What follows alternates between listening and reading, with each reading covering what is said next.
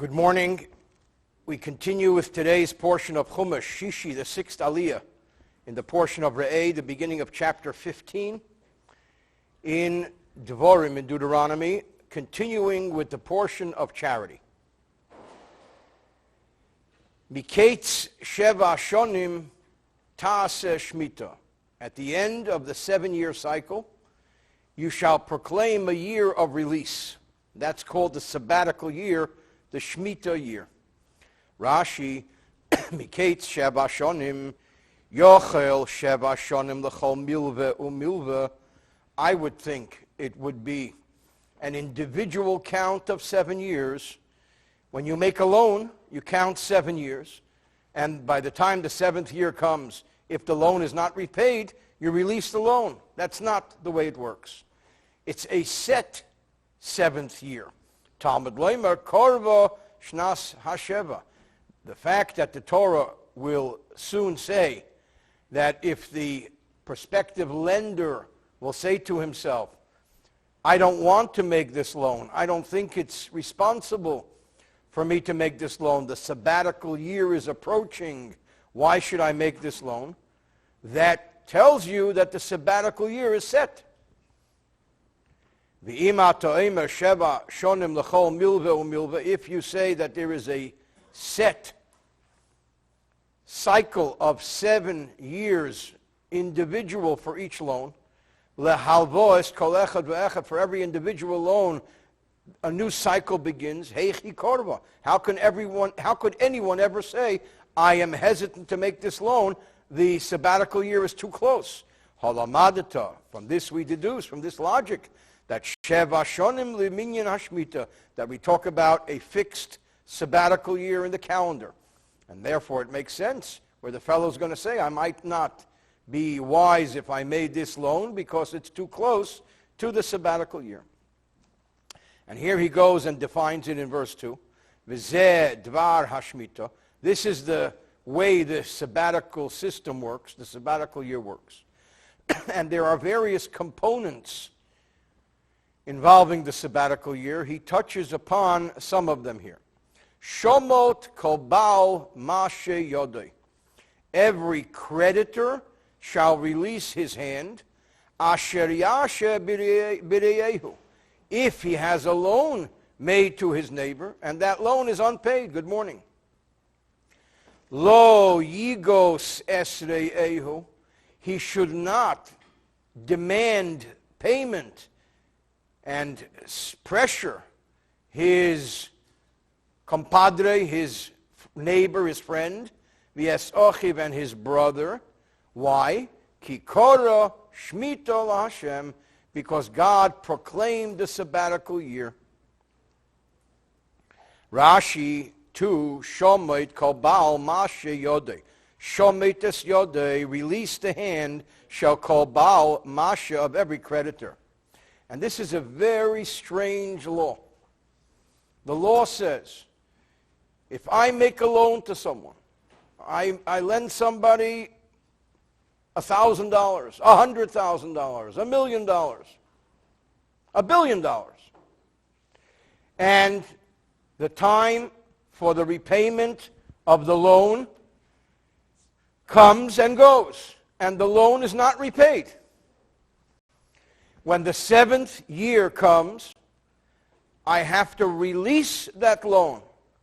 That's it. It's over. Now that sounds crazy. It's my money, and I lent it to you. You know it's my money. I know it's my money, and you should pay it back. Yet the Torah says you should release it. Why is that? The answer is because we're all one big family. Because every Jew is a brother. And that's why he uses the word brother here. Every Jew is like your next door neighbor. And we don't pressure family. We don't stress out family. It's not some stranger. Yes, he borrowed the money. Yes, he meant to pay it back. Yes, you intend to have it paid back, but he got into trouble. Let it go. Why should I let it go? You should let it go because you're children of the same Father. And that explains why in the next verse he says, this strange law does not apply to a stranger. What's a stranger? Someone who's not a brother. What is that? Someone who's not a fellow Jew. It's not a racist law. It's family. A fellow Jew is family, is a brother. You let it go. But a stranger, that's the word that we use for Gentile in the next verse. It's not Gentile. It's stranger, meaning he's not family. Because the norm is that when you lend someone money, you get the money back. To forgive loans is not normal. And that's only for family. And this is the way my father of blessed memory explained this portion to me when I studied it with him when I was a little boy.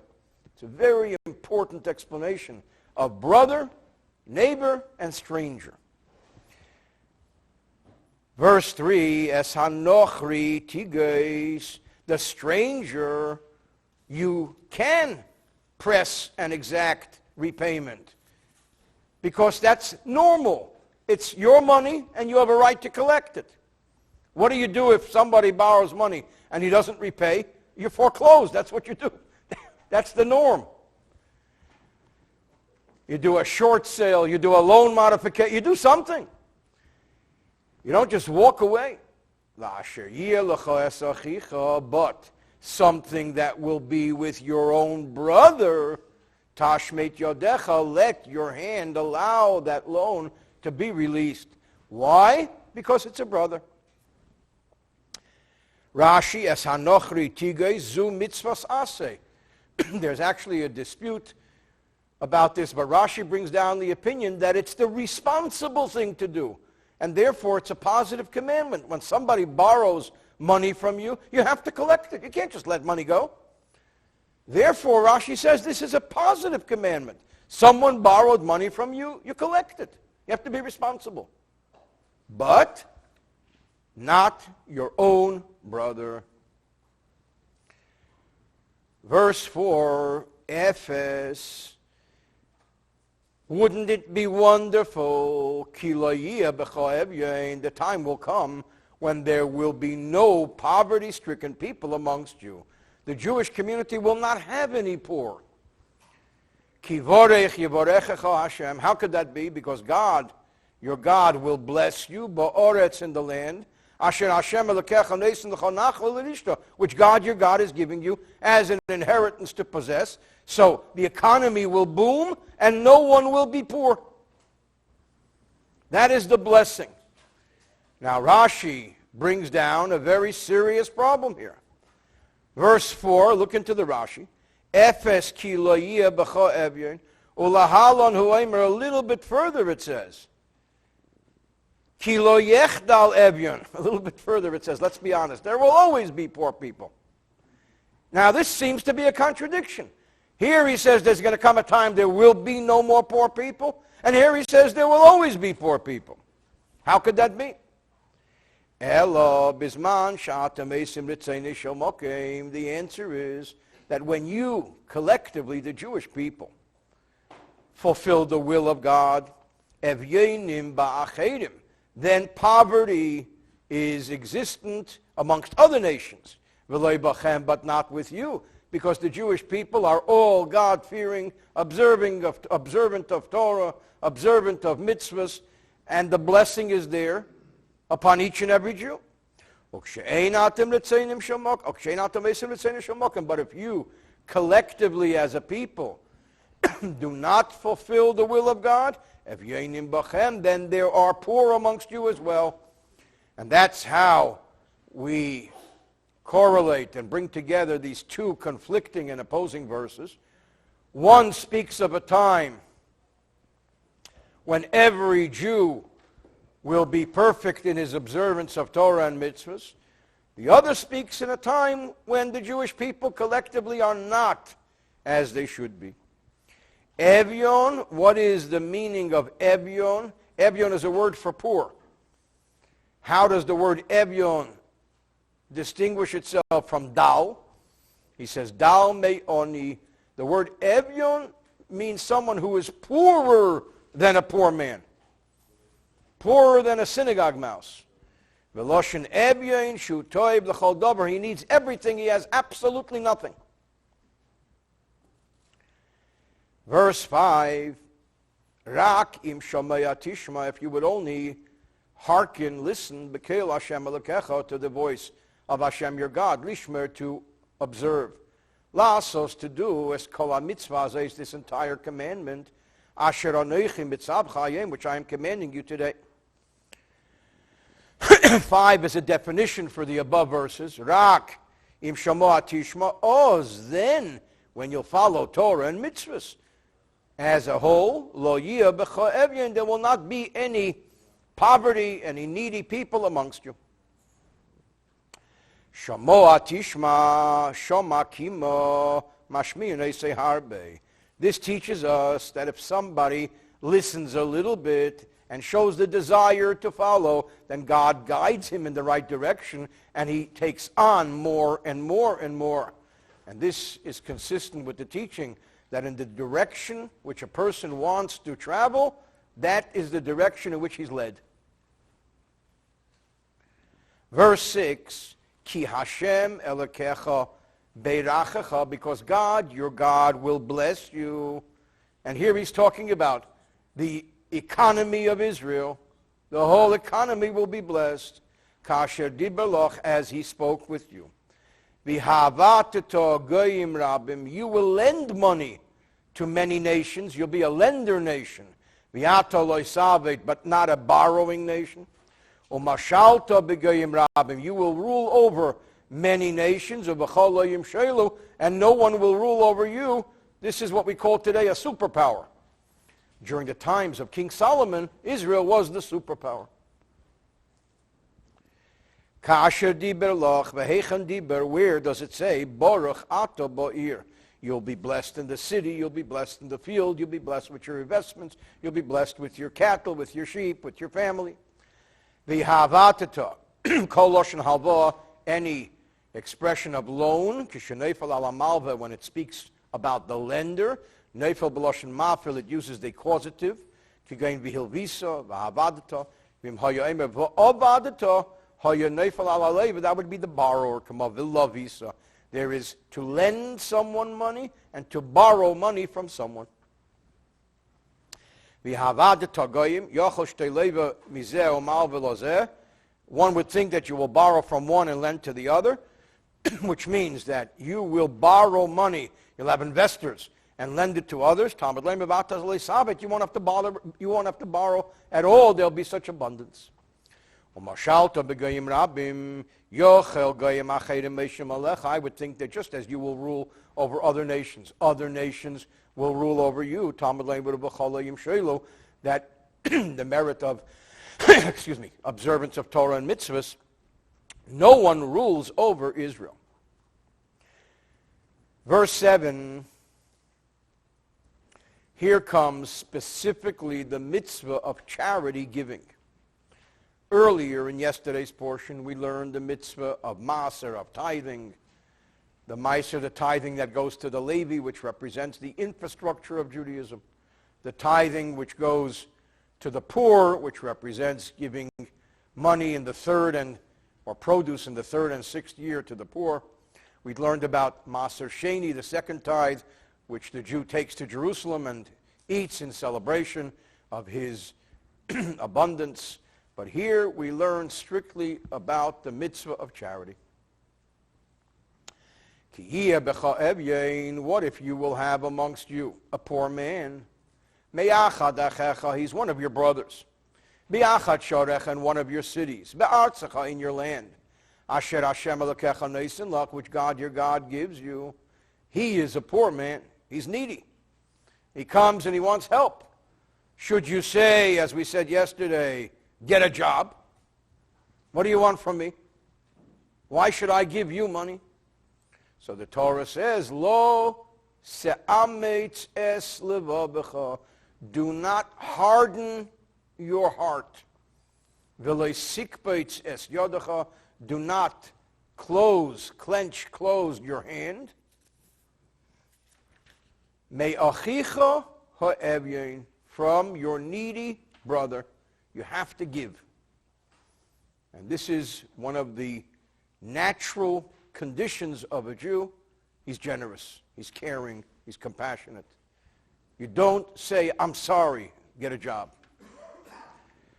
Rashi, ki yiyeh b'cha evyein hatoiv toiv koidem. There are many complex laws relating to charity giving. Charity giving is not a simple thing. Because if somebody has $1 million to give away to charity, and he gives it to the first guy who shows up, what's going to happen to the second guy? And the third guy, and the 100th guy, and the 1,000th guy? Therefore, we have to know how to give charity. So there's a whole system of priority.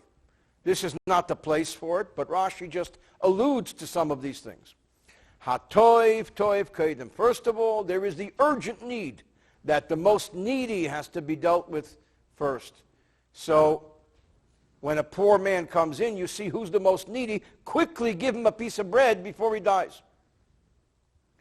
Me'achad achecha, achicha me'avicha, kaidem la'achicha me'imecha. Your own relatives take precedence. And within your own relatives, there is a brother. There could be a paternal brother and a maternal brother.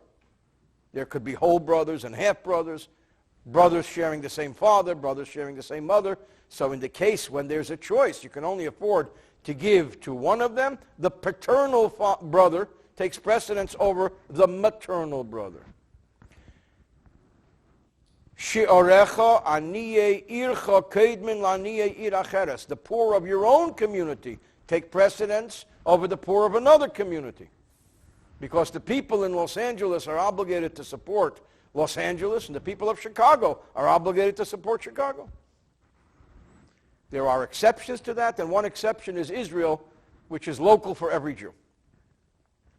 Lo sa'ameids, don't clench your fist closed. Yesh lecha adam shemitztayrim yitin ala yitin. There are people who get upset when they give or do not give. Lakach nemer le ta'ameids, don't harden your heart. Yesh lecha shepeshtes yodi b'keivse. There are some people who are about to give, but then they can't complete the act, so they, and he closes his hand. Lakach nemer le sikbeitz, do not shut tight your hand. Me'achicha ho'evyin, if you will not give him, eventually you're going to become the brother of needy. You'll become needy yourself. That chas v'sholom, the punishment for holding back and not giving charity is that the person themselves becomes needy. My father, of blessed memory, used to say, in Yiddish, there's an expression. How do you say philanthropist in Yiddish? Philanthrop. He says, why do you call it philanthrop? Hot viel und git a trop. He has a lot and he gives a drop. Or he would say, don't be too tough on the guy. Hot tiefe keshenis and kurze hand. He has very deep pockets and very short hands. And he's trying to reach, but he can't reach the money. These are the conditions that the verse speaks of here. Of course, there's the well-known story of relatives take priority. The old world schnorrer who comes and knocks on the door of this palatial home of the wealthiest man in town, and he says, please, alms for the poor, alms for the poor. The guy comes to the door. He says, what do you want? He says, I'm poor, I'm starving, I'm dying. He says, I'm really sorry, I can't afford to help you. He says, why not? He says, because I have a brother who is poor, and I have a sister who is poor. How can I help you? The guy says, you know what, you got a point.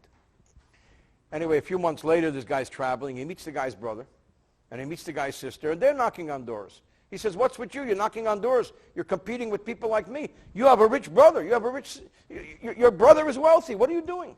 So they say, our brother doesn't give us a dime. He doesn't give us a kopeck. Anyway, this guy goes back to the palatial home when he gets there, and he says, you know, I met your brother. I met your sister. They swore to me you don't give them 10 cents. He says, that's what I meant. If I don't give them, I should give you. So that's the close relative comes first. You don't give your close relatives. You're going to give some stranger. These are some Weltmeises, as they say, universal stories about charity. There are books written about schnorrers' jokes. Verse 8, you must surely open up your hand to him. V'havei tabitenu, you shall surely make the loan to him. Not only should you give gifts, but you should make loans. Dei machserei, that which he needs, asher yachsalei, whatever he's lacking. Rashi, paseach tiftach, afilu kam upon him, even again and again. Ki paseach tiftach, harikim b'shamish b'loshen elabat. V'havei tabitenu. Better is if you give him a gift. But if he doesn't want to accept the gift because he's proud, then make him alone. But you don't have to make him wealthy. Enough for survival. Nevertheless, if he was wealthy, then you have to be more benevolent with him.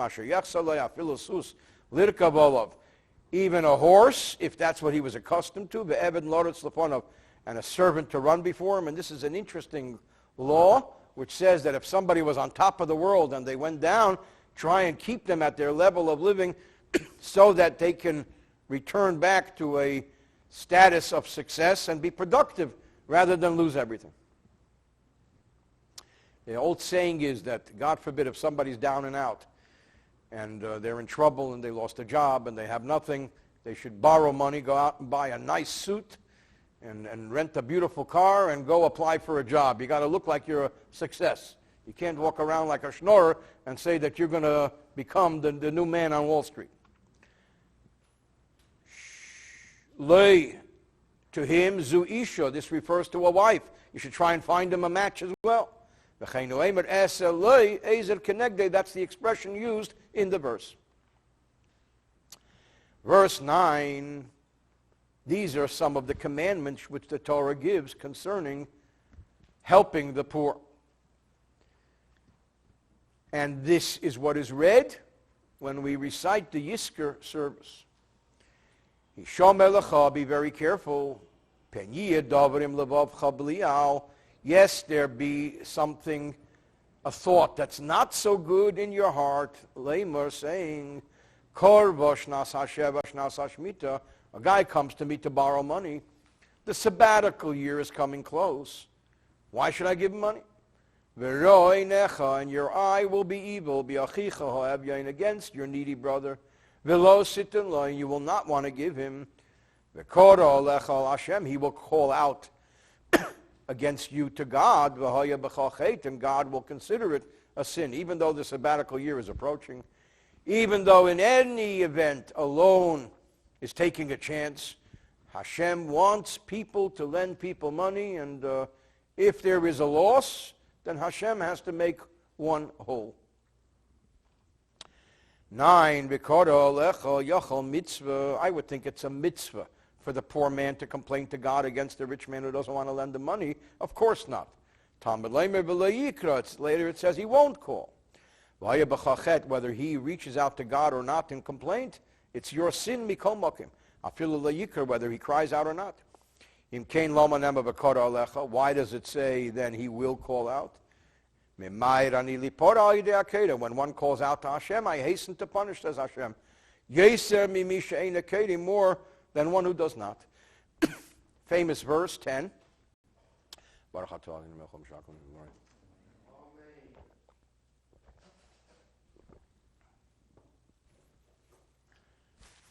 Nosein titin lei, you shall surely give him. As Rashi says again and again. And don't let your heart feel bad as you're giving him. Give with a smile. This goes back to a famous teaching in the Gemara where it says, Haneisen pruta la'oni, if somebody gives a coin to a poor man, mizborech b'sheish, he's blessed with 6 blessings. V'amafaise, but if you speak kindly to him and smile to him and make him feel good, b'yud aleph, you're blessed with 11 blessings. 5 extra blessings for the attitude. 6 blessings for the money, 5 more for the smile. So that's part of don't put on a pained expression when you're giving it to him. Why? Because this might be why God gave you wealth or ability to give. It is because of this act. God, your God will bless you in the future. B'chol ma'asecha, in all of your deeds, all of your work, or b'chol mishlach yedecha, whatever you extend your hand to, everything will be blessed. You'll find blessing in everything you do in the merit of charity. Charity is the guaranteed insurance policy for success. No saint titin le afila me'apamim, even 100 times. Le beiniu beinecha. You don't have to publicize every time you help a poor person, but it should be private. Ki beglal hadovar afila martalitin. Even if it was only dover, even if you only said to the guy you're going to help, and then for some reason you couldn't help, you already get reward for saying it, and then if you do it, you get additional reward. And we find, practically speaking, that when someone needs money, and they're in very bad shape, and they have a meeting with somebody, and they said, this and this is what I need. And the guy says, I make a pledge, I'm going to do this and this. I'll give it to you in a week or in a month or the beginning of the year. Already that person is uplifted because the problem has already been solved just by saying it. And that's perhaps what Rashi is referring to here. Just the statement is uplifting. 11, here's the verse he referred to earlier, because the poor shall never cease from the land. Al kain, therefore, because there will always be poor, and I am commanding you, therefore, saying, you must surely open your hand, liachicha, to your brother, la'aniyecha, to your poor, ule'ev yeincha, to your very needy, bi'artzecha, in your land. Al kain, mipnei kain, because of this, Lamar saying, Eitza l'tevas chani masiyacha, I'm giving you advice for your own good. Le'achicha la'aniyecha le'eza, what brother le'oni, to the poor? La'aniyecha b'yud echad, with one yud, lashon oni echad hu. One poor man, aval aniyecha b'shnei yudin, shnei aniyim, two poor. That is the mitzvah of tzedakah as outlined in the verses in the Torah, and upon these verses are built a whole system of halacha of charity. 12, ki yimocha lecha achicha ha'ivri, ei ha'ivriya. What if your brother, the Jew, is sold to you, or your sister, the Jewess, va'avodcha sheish shonim, and they work for you for 6 years. Uvashona hashviyis, in the 7th year, tishalchenu chavshi mi'imach, you shall set him free. And this refers to what is called the Eved, or Oma Ivriya, the Hebrew slave, which has a whole different set of laws, because technically a Jew cannot be sold as a slave to another Jew, because every Jew is a servant of Hashem, an indentured servant to Hashem, and therefore the Torah says the maximum term that any Jew can be sold for is 6 years, and this is already a personal count of 6 years. So that if this guy is sold in 2000, he goes free in 2006. Ki yimocha lecha Rashi al yedei acherim, by others, b'mecharu bezdin b'gnei v'aseh hakosem b'daber. There are 2 ways which a Jew can be sold as a slave. One is a case which he does not speak of here, and that is if he gets into a lot of trouble, he's economically overwhelmed, and he sells himself. He finds someone who's ready to give him a chunk of money. He takes that chunk of money, pays up his debts, he gives some money to his family, the guy says he's going to support his family, and he becomes the guy's slave. That is one scenario of how a Jew can become a Eved for 6 years. He sells himself. There's another scenario, and that is if somebody is caught stealing. In our society, if somebody is caught stealing, what do? They send him to jail if they can. If they can convict him, they send him to prison. And in prison, he learns better techniques. So he gets out and he steals even better next time. That's the American way. Back then, it didn't work that way.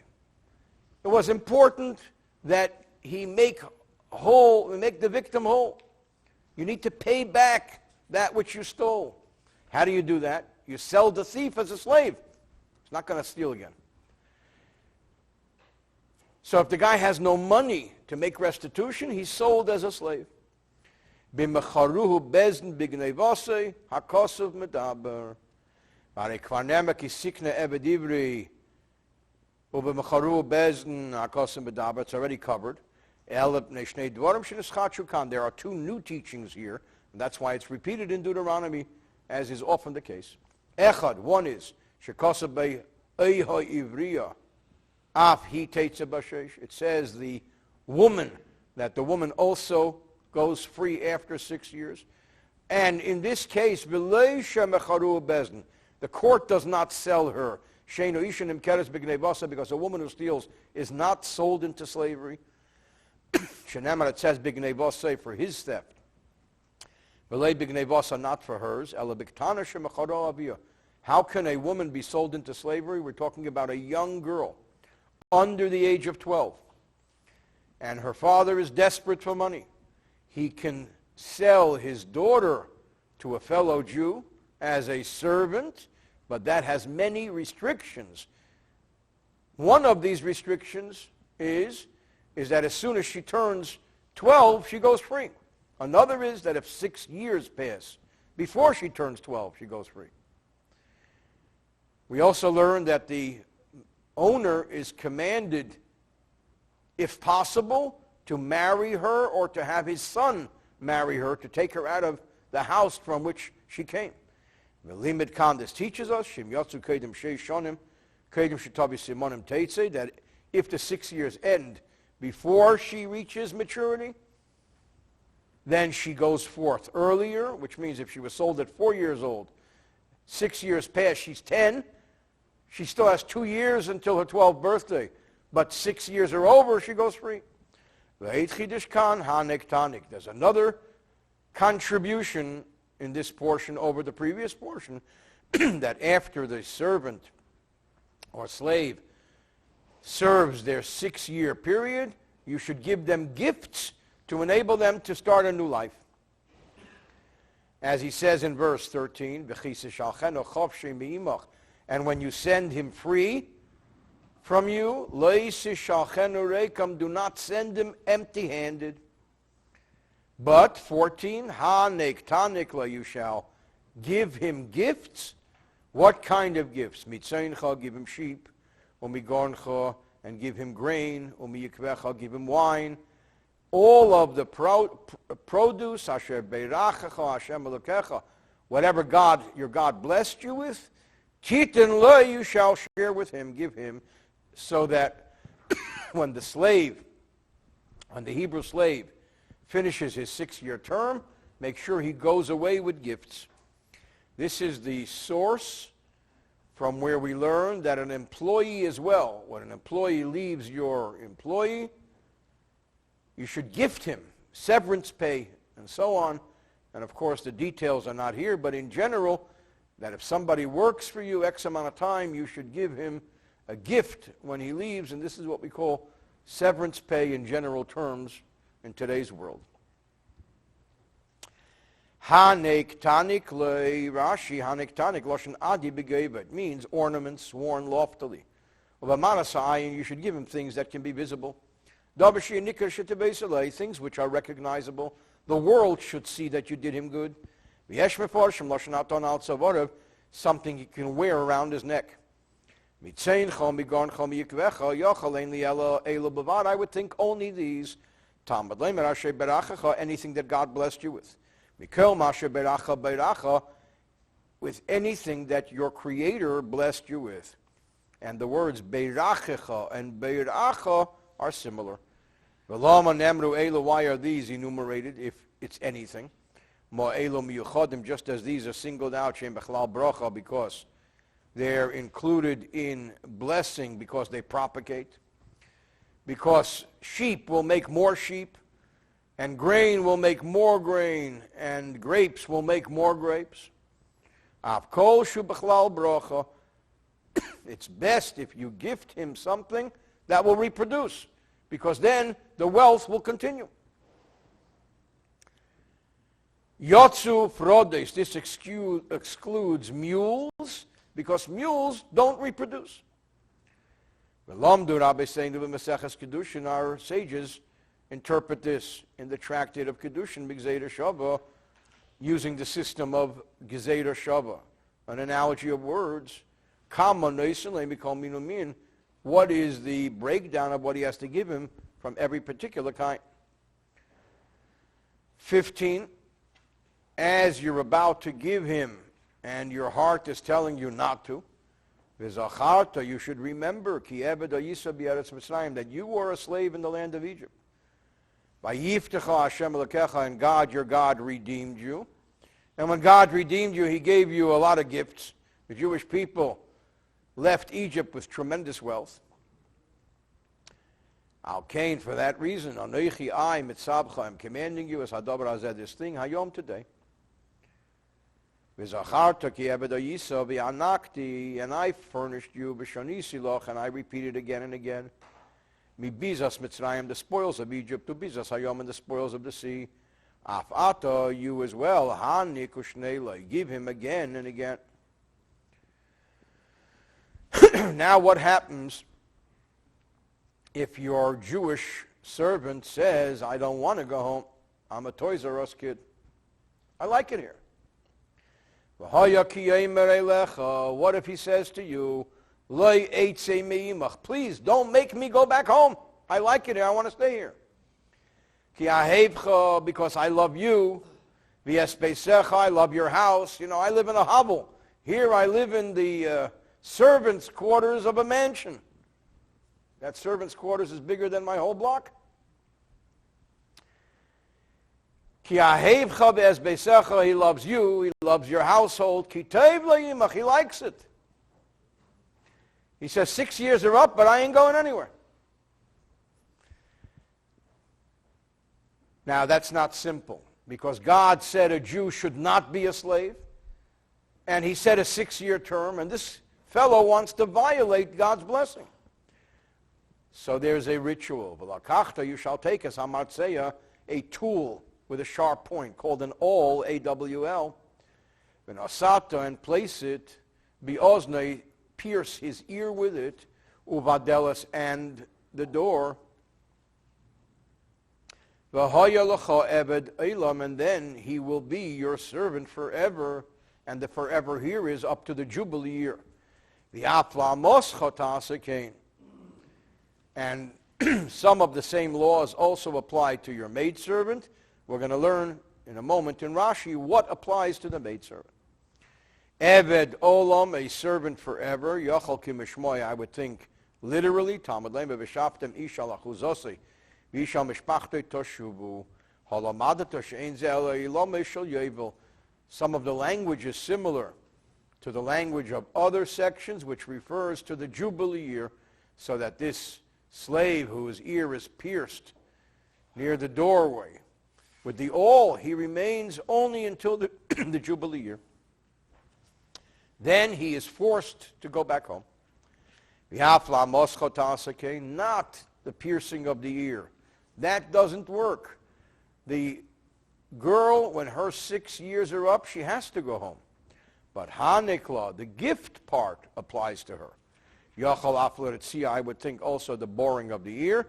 Hishma kosavesa, Talmud lemer, v'im omer yemer ha'eved, eved nirtza, only a male servant's ear could be pierced, and his term extended to the Jubilee year. Ve'ein omo nirtzas, but this does not apply to the girl servant. Verse 18, Layikshe beinecha, it should not be a difficult thing in your eyes. When you're going to send him free, you say, he was such a good slave, why should I let him go? Because understand that as a Jew, he was never a slave. A Jew cannot be a slave. He was an employee. He was a 6-year employee. Ki mishne schar socher, because the pay of a hired hand, avod choshe shonim, he worked for you for 6 years, and you paid him a salary for 6 years. And in the merit of keeping the law, of sending him out and gifting him and setting him up, uverachecha Hashem elokecha, God, your God, will bless you, b'cheil asher taseh, in any undertaking which you will now endeavor. You're going to have tremendous blessings. Rashi tells us an interesting law. Ki mishne schar sochir. The word mishne can also mean double. Mikan amru. From here our sages say, Eved ivri, that this Jewish slave, Eved, he works, bein bayim u bein balayla, both by day and by night. V'zehu kiflayim, and that's double. Sheba'aveda schirayim, double of his day work. So he puts in a full day, and then at night he also works. What's his work at night? So the answer is that if he's a tall, good-looking guy, strong, capable, then Rabbi Meiser le'shivcha Knanis, then if his master has a Canaanite servant girl, and this is something which he owns, this Canaanite servant girl is owned by him, one of the things that the master can ask the Jewish slave to do is to breed for him, is to have a relationship, and I wouldn't even call it relationship, but to couple with this female servant, Rabbi Meiser le'shivcha Knanis, for the purpose of breeding. V'havlodes la'odein, and the children are born to this slave woman, so they are slaves, and that way he gets big, strong slaves. So that's his work at night. He makes little slavelach. And there are many limitations as to when this can happen and when this cannot happen. You have to look into halacha. It's not simple, but the most important thing is never try any of these things at home. Okay, end of portion. Have a wonderful day.